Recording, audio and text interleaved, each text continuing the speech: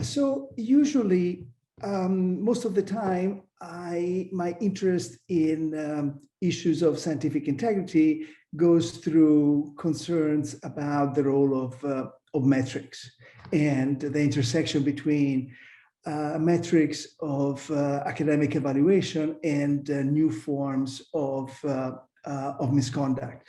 So today I am actually presenting something quite different. It's a brand new project, or perhaps will become a new project, based that started with just looking at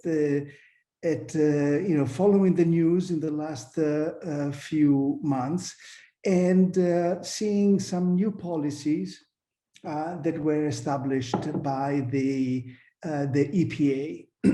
So, and these examples, once connected with other examples from the last couple of decades, point to the emergence of a new discourse that effectively dismisses science while camouflaging as a hyped-up rhetorical celebration and alleged defense of the norms and values of science, like openness, replicability, or the avoidance of conflict of interest, and so on. It is a discourse that puts forward narratives about science being taken over by bad actors. And these bad actors can be anything between activist scientists or researchers and institutions that do not prize openness and transparency, and then proceeds to introduce measures that, while presented as means to protect and restore the scientific norms being trampled upon by bad actors, in fact ends up foreclosing a careful engagement with scientific claims and evidence. So that sounds a lot. So let me give you a couple of quick examples so that you can see what I'm talking about. So first example, on October 31st, 2017, Scott Pruitt, the administrator of the EPA at the time, issued a directive concerning the, quote, strengthening and improving membership on EPA federal advisory committees. Part of Pruitt's directive read like a manifesto of good science, checking all the appropriate boxes. Mario, sorry to interrupt you, but are you trying to share your presentation? Or are we still on the federal slide? No. I'm just okay, sharing great. some quotes. Yeah. Okay, great. Sorry. Great, no problem. So, and then back to Scott Pruitt. So in this, in his remarks, he basically reiterates his commitment to all the good values of science. And then the narrative takes an unexpected turn, with Pruitt stating that scientists who are receiving research grants from the EPA are disqualified from serving on this federal advisory committee because of conflicts of interest. And that's a quote. So in addition to EPA's existing policies and legal requirements preventing conflict of interest among the membership of the agency's federal advisory committee, it shall be the policy of the agency that no member of an EPA federal advisory committee currently receives EPA grants. So the message was starker when Pruitt delivered it to the Heritage Foundation. There, he argued that while the EPA needed scientific advisors that were, quote, objective, independent-minded, and provide transparent recommendations, he worried that, and this is his worry, if we have individuals on those boards receiving monies from the agencies to the tune of $10 million over time, blah, blah, blah, we might question the independence and the veracity of the transparency of those recommendations that are coming our way.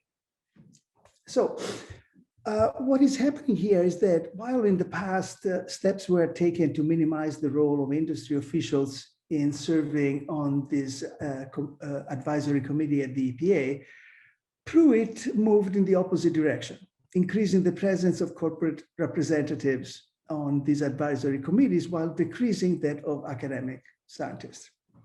So what is striking here is not so much the content of the change. Corporate interests have influenced policymaking before, but the justification for the directive and the reconceptualization of research grants as payments that, as such, are disqualifying automatically. So conflict of interest is commonly understood as a relationship that may or may not involve financial contributions. Payments are signs of a relationship, but they're not the relationship itself. So there can be conflicts of interest without any money changing hands, and one can develop conflict of interest from relationships with either for-profit or not-for-profit entities, though they're most common in the former case. So grants from federal agencies are not considered to involve conflict of interest.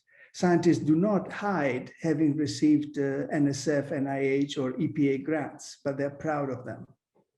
So Pruitt arguments, however, simply conflates payments with conflict, no matter what the relationship between the payer and the payee may be, or what the payment is for.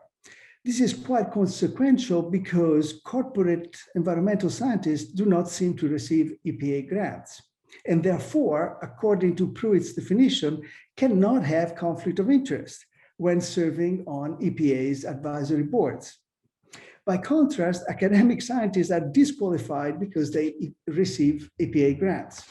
So the fact that the EPA regulatory policies may be remarkably consequential to the corporate interest represented on those advisory boards, it does not instead seem to create a conflict of interest. So if you think that Pruitt directive involves a misrepresentation of its actual goals, then actually there are two types of misrepresentation on top of each other. So one is the misrepresentation of the problem. The PA has a conflict of interest on its hands. The other is the misrepresentation of the goals of the remedy. In some, a fake problem is created so that one can introduce a fake solution that in fact is aimed at something else. So one could argue, in fact, that Pruitt's apparent commitment to fighting conflict of interest may in fact be an ethical sounding cover to normalize the substantial presence of corporate representatives on advisory committees. His definition of conflict of interest seems carefully tailored to construe the industries regulated by the EPA as having, by definition, no conflict of interest while serving on those committees. So this is why I used mimicry in the title of my presentation. This directive does not simply involve a misrepresentation or even a dovetailed misrepresentation of both the alleged problem and the alleged solution, but it involves mimicry. The wolf is made to look like a shepherd dog. Such a mimicry, however, is one that ultimately turns the ethical norms of science upside down. Let me give you another example. This comes from, is provided by Andrew Wheeler, Pruitt's successor at the EPA. So commenting on the introduction of a new EPA rule on data in the last few weeks of the past administration, Wheeler exclaimed, "It's sunshine, it's transparency." So first presented in April 2018, and then in a softened, revised version in January 6th, 2021, the new rule has been criticized for aiming to achieve the opposite of its stated goals. The EPA has finally a so-called transparency plan that it says will improve the credibility of science. Scientists say it's designed to stop new public health protection by limiting what research the agency can consider.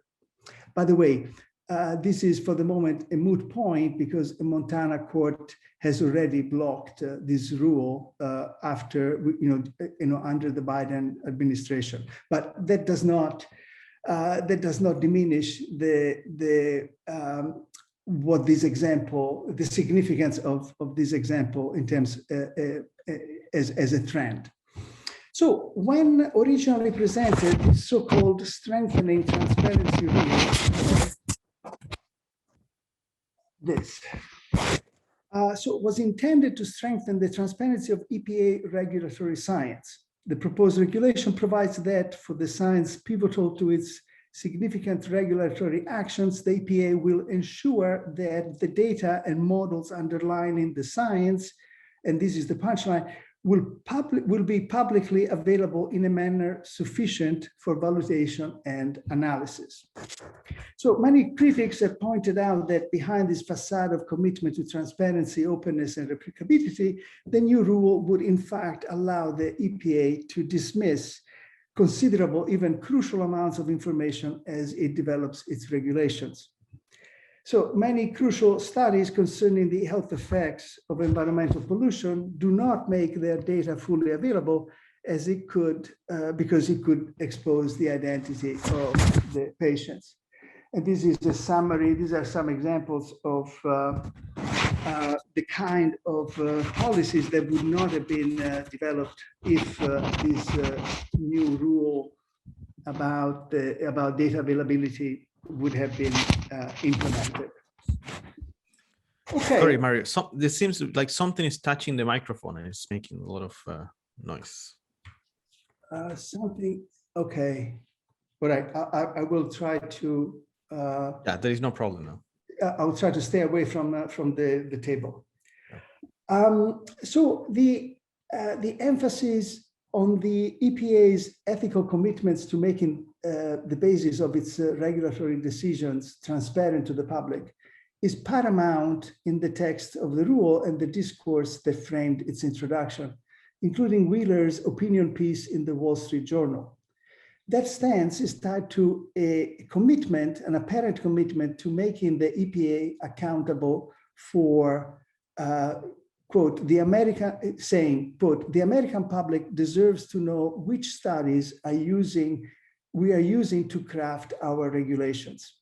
The clear implication is that if unhappy with the data and methods for those regulatory decisions, the public, which of course includes the corporations whose emissions the EPA regulates, will finally be able to sue the agency now that they can follow in detail the agency decision-making processes. And in this presentation by Wheeler often cites this fact, the fact that now the EPA is accountable in the legal sense, that is, people will be able to sue it if they question its science. So in these exchanges, especially the one that I mentioned before, Wheeler talks about the fact that this new data policy will help address issues of scientific integrity, will help address the irreproducibility crisis, and the dangers of, quote, secret junk science. He even mentioned that it might facilitate the growth of citizen science. So what we see here is a sustained focus on the norms of science. So transparency, openness, replicability, accountability, peer review, etc. These are the concerns one typically finds among open science supporters, except that here they come from the EPA and the conservative think tanks that populate DC as part of a likely attempt to control the use of science in health and environmental regulatory decisions to support a broad deregulation strategy. So this strategy involves moving away from discussions of scientific content, the specific scientific pros and cons of regulatory decisions that few can master, and by focusing instead on scientific norms that everybody understands and respects. At the same time, this apparent celebration of the norms of science, this alleged fight against secret partisan science, is a fiction, or worse, an utter inversion of those norms, which is something that we have already seen in the previous example involving Pruitt's creative definition of conflict of interest. At the same time, this is a very efficient, easy, and cost-effective strategy for those who want to question science. Technical and scientific controversies are difficult and costly, but talk of scientific values and norms is cheap. It can also be done by people with no scientific or technical skills, like many political appointees of federal agencies or the denizens of think tanks. The shift that we see here from the content of science and data to the norms of the scientists could be seen, in fact, as an efficient economic shortcut around such controversies, and a way to set up rules that will make it easier to control further technical disputes and perhaps to push through decisions favoring deregulation. What is being disputed or manipulated is not the contents of the science, but the rules of the game. To make a legal analogy, this could be seen as a battle of formalities, like, say, managing to throw criminal evidence out because of how it was obtained, rather than neutralize it with difficult, labor-intensive counter evidence one may or may not be able to gather. Okay, so these are two recent examples. And now I want to go back a decade or two to cases that may indicate the beginning of these strategies that I've just described. Daniel, is the microphone fine now? Are we? Okay, great. It's perfect, thank you. So these earlier examples have been studied by self-styled agnotologists. So scholars who in the last 15 years have argued that we need to study not only the production of knowledge, but also the organized production and dissemination of ignorance. So these are, by and large, historians of science and medicine and technology who have been very intrigued by the fact that when you study the history of science, you deal with controversies that concern evidence and claims. Think about, the disputes over, cosmology, disputes over evolution, and so on. These are controversies by scientists concerning science. And suddenly, when people start studying, policies concerning smoking or, environmental policy, they were struck by the amount of misinformation floating in those controversies. So suddenly, the construction of ignorance seemed to be as important, or perhaps even more important, than the construction of knowledge. So, for instance, Robert Proctor, one of the founders of this new field, has looked at the corporate production of misinformation in the so-called tobacco wars of the 90s, involving discussions whether smoking was a primary cause of lung cancer. And at the same time, Naomi Oreskes and Eric Conway have found some strikingly similar patterns in subsequent public discussions about global warming, often involving some of the same players. That is, some of the people, the public relations firms and the lobbying firms who worked for the tobacco companies in the 90s, 10 years later can be found developing the same strategies and the same arguments on behalf of the fossil fuel industry. Some of you might have read the book Merchants of Doubts, and also there is a very interesting documentary by the same title. Now, a shared goal that Oreskes, Conway, and Proctor have identified in these corporate interventions is the questioning of scientific evidence and claims about the relationship between smoking and cancer, or about human activities and global warming, so as to create the appearance that those issues were not matters of remarkably solid scientific consensus, but on the contrary, they were at the center of substantial controversies among scientists themselves. As Proctor and Oreskes have put it, their goal was the production of doubt, not the production of truth. In some cases, such controversies between climate scientists and climate skeptics were effectively staged, utilizing the media's conventions of always representing two views on any given topic, even when there was only one view among scientists. So these so-called debates would therefore feature one scientist and some other, quote, expert of unknown scientific credentials, often a member of some conservative think tank. So typically, those speaking for tobacco for the fossil fuel industry would not engage in technical arguments, but rather convey the impression that the evidence to settle those fundamental scientific questions was still inconclusive, and that more research was needed, and so on. So the goal was simply to create doubt, not necessarily to say that the science behind claims concerning global warming or lung cancer were wrong, but that those matters were not settled by, in science. Now, the agnotologists have seen these cases as exemplary of the production of ignorance, the obfuscation of evidence, and the replacement of truth with doubt.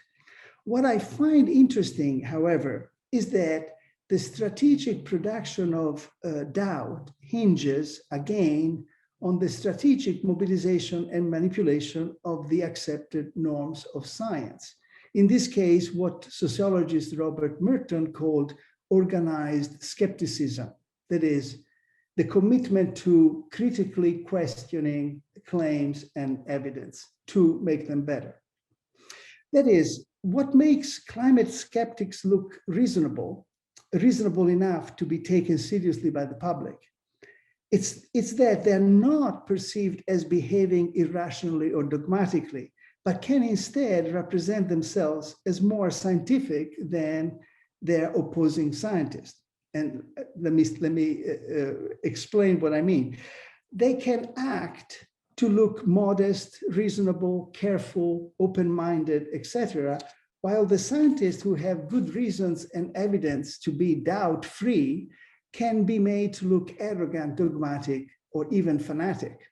The scientist's confidence and consensus can then be cast almost as a conspiracy, a consensus that is too solid to be real. If you are familiar with that episode called ClimateGate, concerning evidence about that was construed as evidence of an apparent cabal by environmental scientists to deny publications by climate skeptics, this is what I mean. So I could go on, but I hope my hypothesis is perhaps clear enough by now. Even in these cases, 20 years ago or more, we see that those who want to control or to undermine scientific evidence about problems of great social and economic importance deploy strategies based not on the careful scrutiny of scientific evidence, but on the conspicuous, and by conspicuous, I actually mean theatrical, adoption and subversions of well-accepted scientific norms. Yes, the final result in these cases is the production of doubt and the erosion of scientific certainty, but all of that started with the systematic posing of questions, that is, by behaving according to one of the most canonical norms of science, that is, organized skepticism. So the result is the production of doubt, but it starts with mimicry, meaning the mimicry of these norms. And as in the examples from the EPA that I've just mentioned, these norms that have been mobilized and celebrated by the science deniers are also subverted in the process. So effectively, the conspicuous embracing of these norms can be seen as a smokescreen to hide how they are manipulated. So in this case, the questions are not meant as means to eventually converge on the truth, as organized skepticism in science is supposed to be, but as techniques to create doubt. So it's you use the say you pretend to follow a good norm of science, but in fact you are pursuing a goal that is opposite to it. So what I think we have here are not controversies, but effectively media performances in which people act controversies. I'm using media performances with various overlapping meanings. Not only these controversies are often made for TV or for social media, but they are theatrical or mediatic in a more literal sense. They involve play acting. Those who wish to undermine science act like scientists, or perhaps like super scientists. They walk and talk according to the most stereotypically good norms of science. They embody and perform, often overacting in the process, and I'm happy to give you some examples in the Q&A. So they perform the belief in transparency, skepticism, modesty, openness, accountability, and so on. But while the conclusion of that performance may be a farce, it is one that may be quite rewarding for them. And I will stop here and try to answer whatever questions you may have. Thank you.